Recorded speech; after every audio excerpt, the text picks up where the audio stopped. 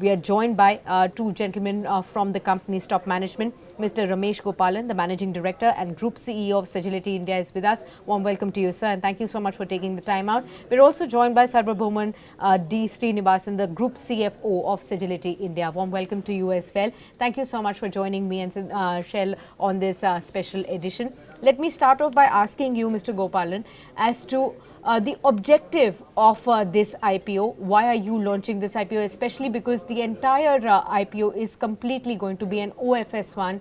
What is the kind of room that you're going to be leaving for the retail investors at large in India who may be looking at your IPO? First of all, thank you for having us on the show. Sagility is a 3-year-old company. So the history of Sagility is we were formed as a result of a carve-out of the healthcare division from Hinduja Global Solutions. The carve-out was carried out by Barings Private Equity Asia, which is now part of EQT, and they are the 100% shareholders today. So the offer, like you rightly said, is a 15% stake sale by Sagility BV, which is the entity owned by Barings Private Equity Asia. They're offering 15% of the share to the investors, and there is no primary capital being raised in this IPO. Okay.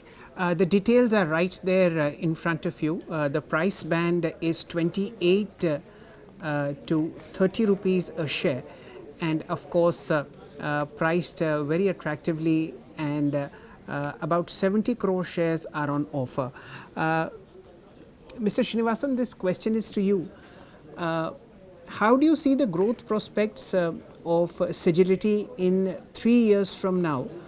You have a very, very strong top line of about 4,700 crores and a profit after tax of about 580 crore rupees. How do you see these two numbers moving over the next 3 years or so? Yeah, thank you. Let me talk about the top line. So we are confident of growing anywhere between 11 and 14% year on year. This has been the growth in the past as well. So we are fairly confident that we should be able to hit those numbers. And like you had mentioned on the profitability, our EBITDA margins are likely to be 23 to 25% on a go-forward basis as well. Yeah. So the company has made significant investments in technology, and that can help us fuel the growth for the organization. Okay. Mr. Gopalan, could you please explain to our viewers the 2 or 3 business activities that Sagility carries out, and what are the number of clients that you have so far? Sure. So we work for 2 sets of clients. One set of clients is what we call health insurance companies or payers in the US. And the second set of clients are providers who are hospitals, health systems, pharma lab companies, and other radiology companies, and so on. For both these sets of companies, what we do is core operational work. We help these companies run their day-to-day operations. Like Srini said, while we deliver operational services, we bring in a lot of technology to our delivery. And so we try and make them as efficient as possible. Okay. Mr. Gopalan, could you also highlight, since you were talking about, and your note also mentions that you're a 100% US healthcare focused company on the 2 segments that you are talking about as well.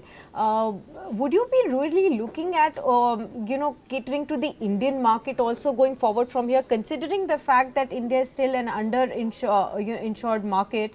Does this really look attractive to you, or would you continue to focus on the US market?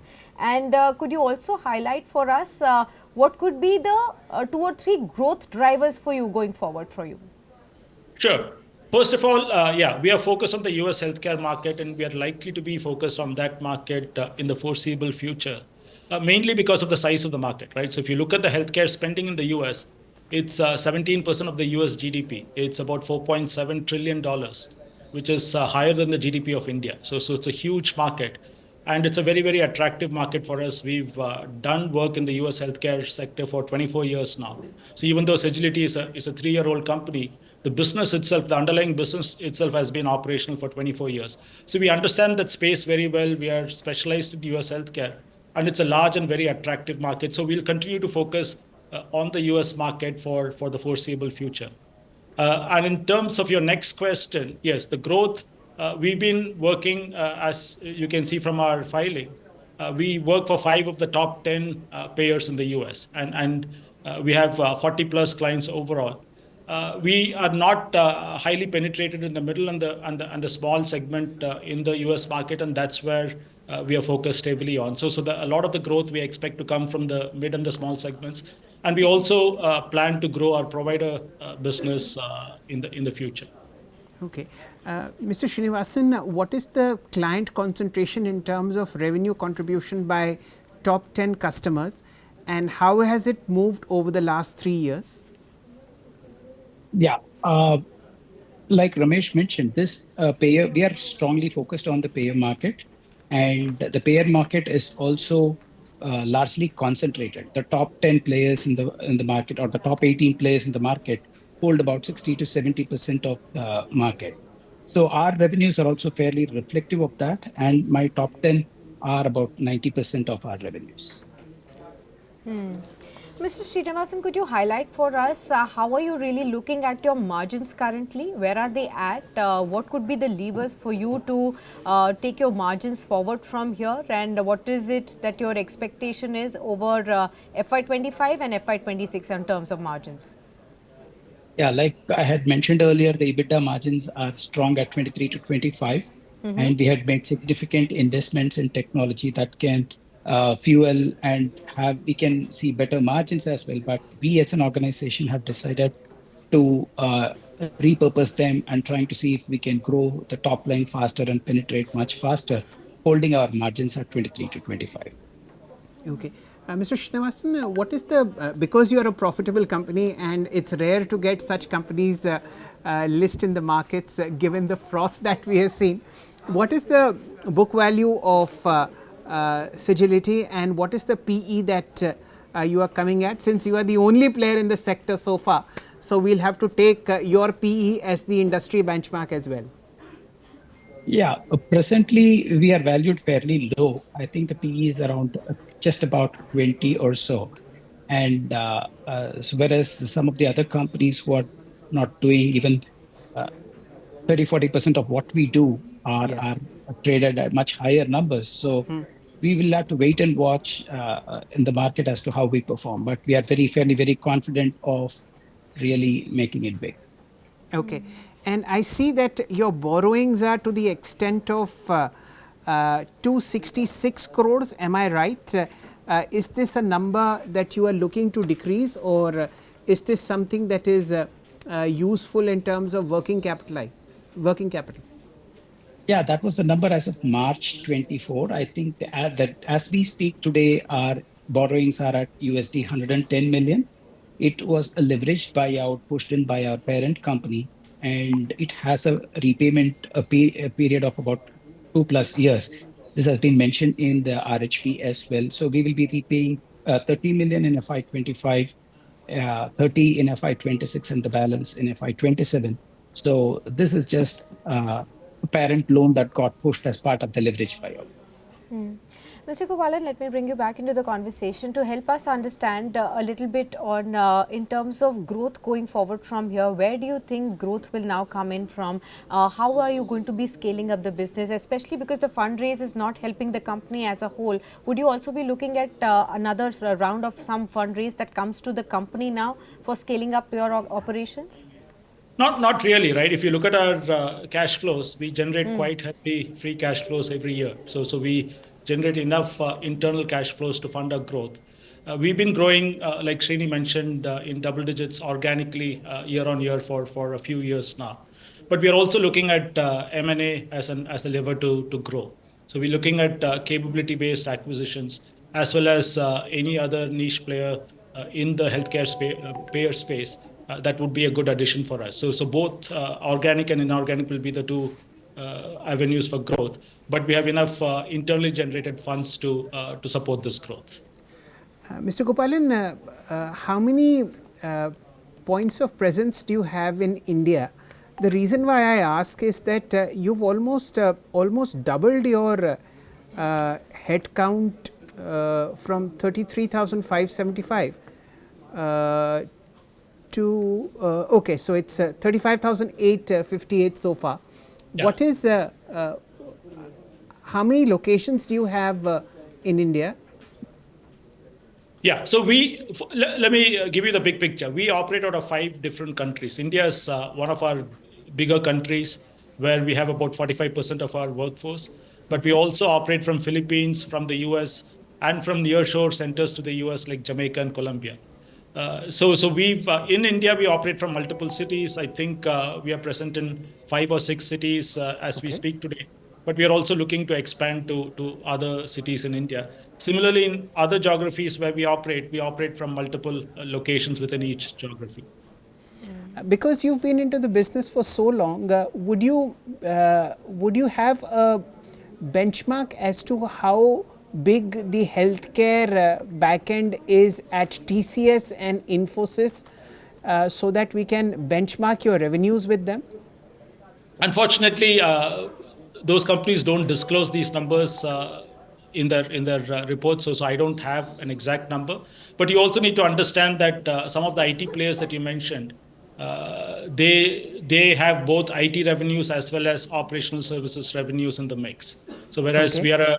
we are more of an operations company and not a pure play IT services company. Because you enjoy such higher margins, as Mr. Srinivasan mentioned, about 22-23% EBITDA, are you planning to diversify out of healthcare in the US, or is this a pie so big that you really don't need to look out for newer sectors to sort of boost revenue? That's true, right? The pie is so big, and like I said, it's attractive enough, and we have deep domain capabilities that we are very comfortable of continuing to grow in this space. But having said that, I wouldn't rule out the possibility of expanding to adjacent areas to healthcare, right? So we won't probably diversify completely out of healthcare, but there are a lot of adjacent spaces to healthcare where we currently don't have a big presence, and those could be areas to expand into.